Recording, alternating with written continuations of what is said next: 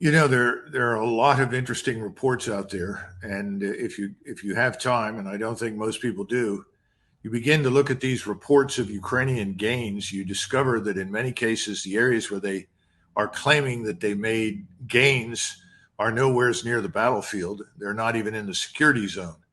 And a few times they'll point to some ruined buildings, two or three at a time inside the security zone, and that's this 15 to 25-kilometer stretch of territory beyond the main defensive belt that the Russians have constructed.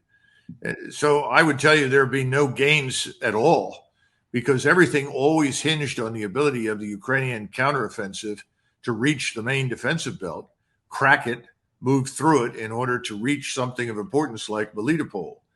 It hasn't happened. And we're now at least 11 days into what the Ukrainians said would be a 2-week offensive. How much they've got left is anybody's guess. The last time I looked, there were supposedly still 12 brigades in reserve. Now, are those full strength brigades? Or, conceivably that could be 60,000 men if they're up to 5,000 each. Or are they 4,000? Are they 3,000, 2,000? I don't know. But at this stage of the game, they have not yet committed those last remaining reserves. Would those last remaining reserves be the last remaining reserves, period, for the duration of the war, or just for this offensive? Because 60,000 men doesn't sound like a lot to me when you consider what Putin has. Well, I'm told the likely number is closer to 35 to 40,000, not 60. I don't think there's much left, frankly. And I think that's reflected in the headlines that you're getting out of Washington right now. The discussions about, as we talked last time, frozen conflict, setting up some sort of halfway house.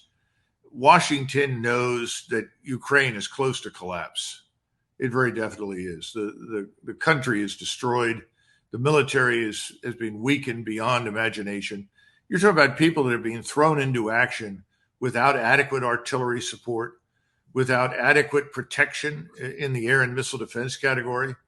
So when you don't have those kinds of protections and you send in troops, many of whom are green or inexperienced, you see one catastrophe after the next.